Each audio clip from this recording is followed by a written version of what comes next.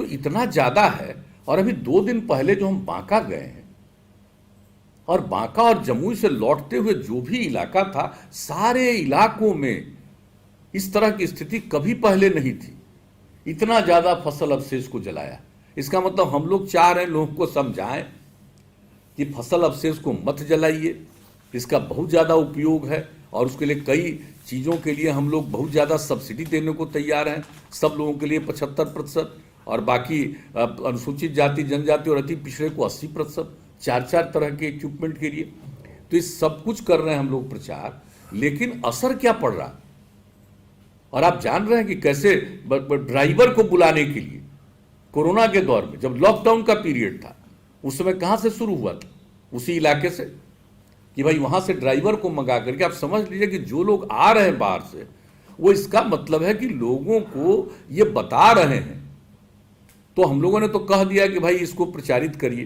तो आज हम कहेंगे कि देख लीजिए कि क्या स्थिति। हम तो सारे डीएम्स को कहेंगे, सारे डीएम्स को कहेंगे और आपको कहेंगे। और हम यहाँ चीफ सेक्रेटरी साहब बैठे, वो पहले से तय कर दिया, आप आज तो नहीं अब जा पाइएगा, लेकिन कल से हेलीकॉप्टर हमने कह दिया है कि इस पर आप लोग और बाकी लोगों को भी लेकर के जाइए और सारे बिहार का दर्शन कर लीजिए कि किस तरह से फसल अवशेष को जलाया जाए, लाभ होगा।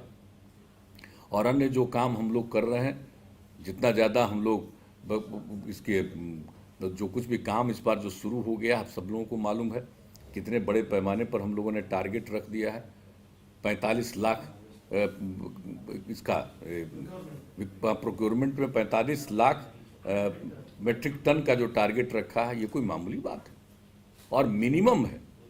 उससे आगे जितना भी जरूरत पड़ेगा उतना हम लोग करेंगे प्रोक्योरमेंट। तो ये सब चीज़ जो किए हुए हैं हम लोग, तो इस सब चीज़ों के बारे में जानकारी दीजिए लोगों को, और उसके बारे में भी जानकारी आपको मिल जाएगी भाई प्रोक्योरमेंट ठीक से हो रहा है कि नहीं। यूँ तो चीफ सेक्रेटरी ने जो मीटिंग की है, हम लोग भी एक दिन थे मीटिंग में, इन लोगों ने जो बैठक करके पूरा किया है, प्रोक्योरमेंट का काम तेज़ी से बढ़ा है। तो जाकर के देख लीजिए और लोगों को समझाइए कि भाई हम लोग आपके हित में काम कर रहे हैं, आप अपने हित में काम करिए और पर्यावरण के संरक्षण के हित में काम करिए। हर आदमी आता है और जाता है, तो आने वाली पीढ़ी को संकट में मत डालिएगा। तो उस पर लोगों ने सही मायने में काम किया और सबसे पहला प्रोजेक्ट दिया कि 8 जिलों में हम शुरू करेंगे। और उसी समय हमने कहा था कि भाई शुरुआत तो आप 8 जिलों में प्रयोग के लिए कर रहे हैं, ये प्रयोग है, लेकिन इसको तो पूरे राज्य में करना है। तो आज मुझे खुशी है कि 8 जिला में जो आपने काम किया उसके बारे में जानकारी दी, बहुत अच्छा प्रभाव है। और दूसरी बात है कि अब 30 जिलों में इसको शुरू करने जा रहे हैं। तो इसके लिए तो हम लोगों ने चुनाव के पहले ही इसका निर्णय ले लिया था, तो अब उसकी शुरुआत आप करा दे रहे हैं। तो ये मुझको बहुत खुशी है और ऐसा हो जाने से किसानों को बहुत लाभ होगा। और आपने फिगर दिखा दिया कि किस तरह से गेहूं के मामले में बताए कि लोगों को कृषि में जो पैसा लगता था, उसमें जो पूंजी लगती थी वो घट गई और आमदनी बढ़ गई। तो ये इससे अच्छी बात और क्या हो सकती है? यही तो है मौसम के अनुकूल कृषि। और सिर्फ एक चीज़ की बात नहीं है, अनेक चीज़ों पर कई किस किस तरह का। और फिर अभी जो खेती कहीं 1 बार करता है, कहीं 2 बार और 3 बार तो बहुत कम जगह पर ही कोई करता है, लेकिन ये होगा तो 3 राउंड कृषि हो जाएगी। तो कितनी आमदनी बढ़ेगी लोगों की और कितना लाभ होगा। तो इसलिए इसके लिए अब सब जगह करिएगा। और आप लोगों ने तय कर लिया है कि इसको 5-5 गांव में भी हम लोग करेंगे, ताकि और बाकी जगह के लोगों को बुला करके उन लोगों को दिखाएंगे। तो ये बहुत अच्छी बात है। लेकिन एक बात जो अभी हमने जिक्र प्रेजेंटेशन में दे दिया कि 5 साल की योजना है। देखिए 5 साल का तो अभी सैंक्शन किया है, ये 7 अभी है। यहाँ पर चीफ सेक्रेटरी बैठे हुए हैं, एकदम इसका निर्धारण कर दीजिए कि 5 साल के लिए नहीं है, यह अनिश्चित काल के लिए चलता रहेगा। लगे तो हुआ कि भाई मौसम के अनुकूल लोग खेती करेंगे तो एक तो उनकी आमदनी भी बढ़ेगी और ये जो संकट आता है उससे वो उनको मुक्ति मिलेगी। तो इसी को जब देखने गए तो हम लोगों को लगा कि भाई अब इसके लिए हम लोग को काम करना चाहिए। तो उस समय जो भी हमने एग्रीकल्चर डिपार्टमेंट को कहा, सब लोग गए थे कि इस पर तैयारी करिए। तो अब बार बार कहा जा रहा था, लेकिन जो तैयारी करके लाए तो मौसम के अनुकूल कृषि का कहीं कोई जिक्र ऐसे ही अंदर में था थोड़ा सा। हमने कहा अरे भाई ये पूरा का पूरा काम हम मौसम के अनुकूल कृषि के लिए ही कर रहे हैं। ये अनाप कई चीज़ों की आप चर्चा कर रहे हैं, वो कोई खास बात नहीं है। ये तो कृषि का जो विशेषज्ञ हैं वो हर चीज़ पर काम करते ही हैं।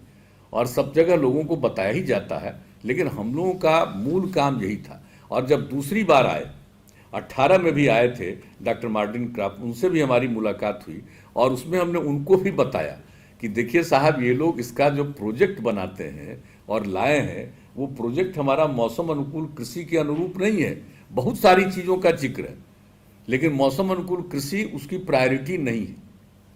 तो हमने कहा आप भी कहिए, और ये बात हुई। इसके बाद इस पर काम करना शुरू हुआ, और अभी के कृषि सचिव को हम इस बात के लिए धन्यवाद देते हैं, और तत्कालीन कृषि मंत्री जी को जो आज इस कार्यक्रम में उपस्थित हैं, प्रेम जी को, सबको मैं धन्यवाद देता हूं कि इन लोगों ने वाकई सब लोगों के साथ मिल करके मेहनत किया। और जो मेरी ख्वाहिश थी, मेरी जो इच्छा थी कि साहब मौसम के अनुकूल कृषि पर काम करें, तो अब यही हम कहेंगे। इसको बार बार हम नहीं कहेंगे कि एक तरफ जो मौसम के अनुकूल कृषि का कार्यक्रम है, इसको हम लोग निरंतर जारी रखेंगे, हर एक इलाके को प्रभावित करेंगे, और इसके लिए जो भी सहयोग की आवश्यकता हो सिखाने के अलावा, हम लोग वो सहयोग प्रदान करें लोगों को। किसी चीज़ की जो कमी है तो वो भी वॉच करके देखिए, हम लोग उसको कृषि रोड मैप का हिस्सा बनाएंगे, नंबर 1। और नंबर 2, जो फसल अवशेष को इस तरह से नहीं करना, बल्कि फसल अवशेष का सदुपयोग है, इससे उनकी आमदनी और बढ़ेगी। वो जलाने का नहीं, इससे उनकी आमदनी बढ़ेगी। और कैसे वो इस बात को समझेंगे और क्या उनको मदद करनी है जिससे ये काम हो सकता है। तो इसके लिए हम यही आग्रह करेंगे कि ये कर लीजिए, और बाकी तो शुरू कर दिया।